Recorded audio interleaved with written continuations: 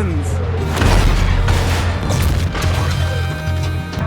Steve! Hey, Peggy. What do you think? Did you know? I didn't know. Shouldn't. I just did shouldn't know. Yes. Hey there, quirky people. Today we're going to look at all the ways in which the events of What If's first episode differ from the Sacred Timeline. Episode 1 had quite a few similarities and parallels with the rest of the MCU. We saw Captain Carter kicking ass just like Captain Rogers did. He used a motorcycle as a weapon in Age of Ultron. And he also used it as a battering ram to make an exploding entrance into Hydra's base. Now Peggy has mixed Cap's maneuvers from the first Avenger and Age of Ultron. Just like this one, there were several other parallels in the episode which need a video of their own. But for now, we're going to talk about the differences that Captain Carter's universe has from the Sacred Timeline. Right from the moment of its Nexus event, things happened quite differently in this end of the multiverse. And before we look at those deviations from the main timeline, it would be awesome if you guys would hit the subscribe button. And do press the bell icon so you don't miss out on our future videos. Okay now, here are the differences we spotted in What If, Episode 1, and the main MCU timeline.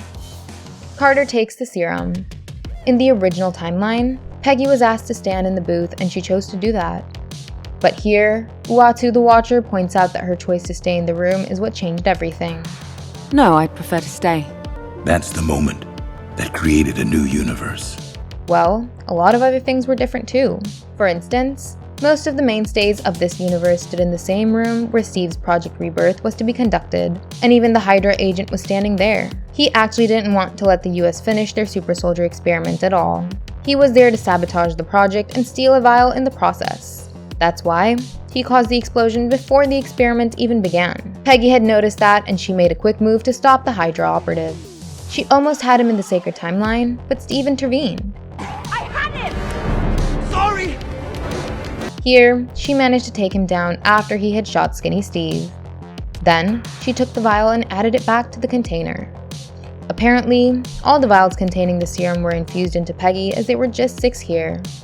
But one of those was saved in the movie as there were 7. That's the one that the Hydra agent stole after causing the explosion. Anyway, then Peggy Carter made a desperate attempt to save Project Rebirth, and then she became a super soldier. Next up we have Colonel John Flynn. Bradley Whitford voiced Colonel John Flynn, and he became the head of SSR. This change was made in place of Colonel Chester Phillips, who was played by Tommy Lee Jones. Flynn only had a small role in MCU's main timeline, as he was just seen in Marvel's one-shot Agent Carter. But here, he was deeply rooted into Project Rebirth, whereas Phillips was nowhere to be found.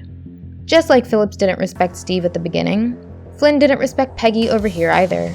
The greatest minds alive. And Stark is one of them. This doesn't concern you. You're lucky to be in the room. But Steve won over Phillips with his valiance. Peggy, on the other hand, showed him his rightful place. Colonel, you're lucky to even be in the room. I know that Peggy's choice to stay in the room made a big difference in this universe. But I believe that the Nexus event of this timeline was either caused by Flynn being a bigger figure, or maybe it was caused by none other than Red Skull. You see, Schmidt got his hands on the Tesseract a year later over here. Back in Captain America: The First Avenger, he invaded Norway in March 1942. But in the What If universe, he did that in June 1943.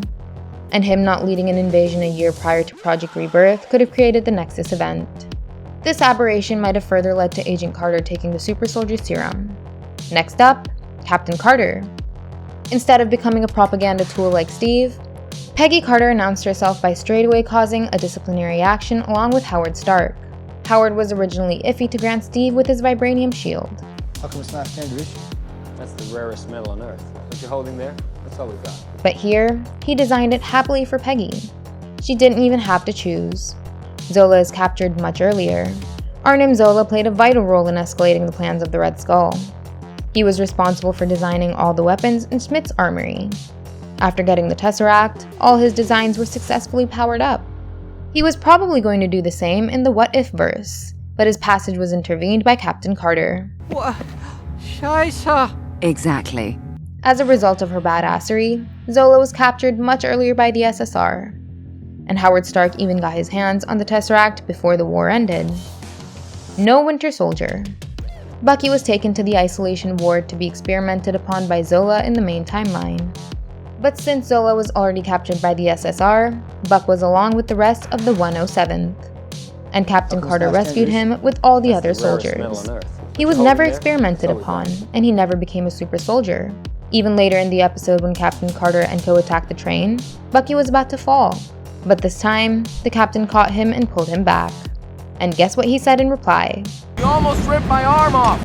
Again, this was a cool nod to the Winter Soldier's arm, which Bucky never gets in this universe. Hydra might still have infiltrated S.H.I.E.L.D. in this universe, but they would have done it without their greatest asset, that is, the Winter Soldier. The Tesseract powers up the first Iron Man suit.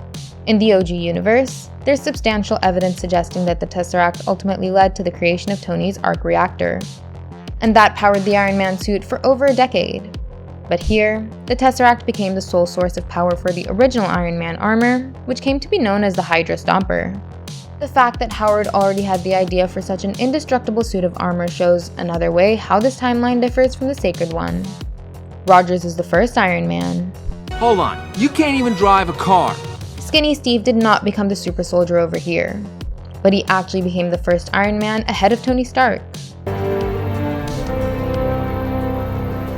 Shit! Red Skull comes forward. When Hitler's men showed up at Red Skull's doorstep, he killed them in a different way. Originally, he had the Tesseract, so he just shot those generals into nothingness with his Tesseract weapon. But here, he shoots them point blank and unveils his true face. We all know that he did this in front of Steve Rogers back in the first Avenger. Steve falls off the train. Here, 5 people swing towards the train instead of 3. This time, the report suggested that Red Skull was on the train since Zola was already in SSR's captivity. But once again, the captain and her team were baited to attack the train. Steve showed up in the Hydra Stomper armor to apprehend the Red Skull, but he found out that the train was laced with C4.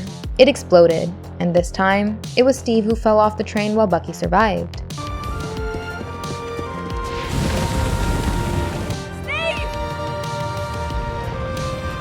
Red Skull's plan. In the Sacred Timeline, Colonel Phillips interrogated Zola and found out about Schmidt's plans. But here, it was Captain Carter who did it. Red Skull wanted Hydra to dominate the world, and to do that, he was going to blow up half of it. Then, he would have asserted his dominance over the rest of the world. But here in What If, he would have settled for world domination or even world annihilation. He wanted to bring in an interdimensional Hydra monster that would destroy everything and give him the throne of Earth. And this led to an entirely different third act from Captain America: The First Avenger. The Tesseract brings in the monster. In the film, Red Skull just powered all of his tech with the Tesseract. But here, he used it to summon his interdimensional champion to the 1940s. The champion of Hydra has risen! In the Avengers, however, Loki used it to summon his Chitauri army to 2012. So the use of the cube is different. But a nice parallel is drawn over here, as the Tesseract was actually used to summon monstrous beings in both universes. The fate of Red Skull. In the main MCU, the Tesseract transports Schmidt to Vormir. It cursed him to guide others to a power that he could not possess. Now there's a similarity in What If. Once again, Red Skull was not able to possess the ultimate universal power that came with the Tesseract. But this time, instead of a lifelong prison sentence, he was granted instant death.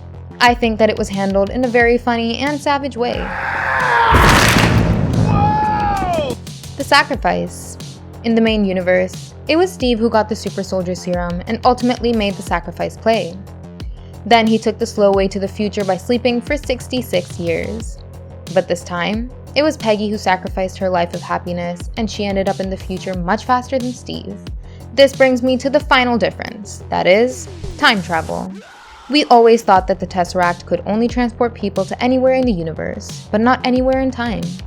The MCU has never established the fact that the Space Stone could be used to travel through time. Only the Time Stone should have that power. If not just the Time Stone, then as Endgame showed us, the Quantum Realm has to be used for that. I'm pretty sure that even the TVA's TemPads use quantum travels. But What If has shown that even the Tesseract is capable of such a feat. And I believe I have figured out how this happened.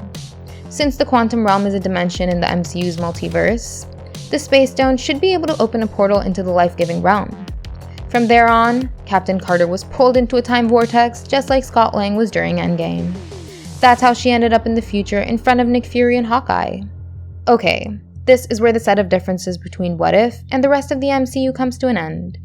Give us a thumbs up if you enjoyed the video, and don't forget to check out some more fun videos on our channel. Thank you, and I'll see you in the next one. Bye-bye!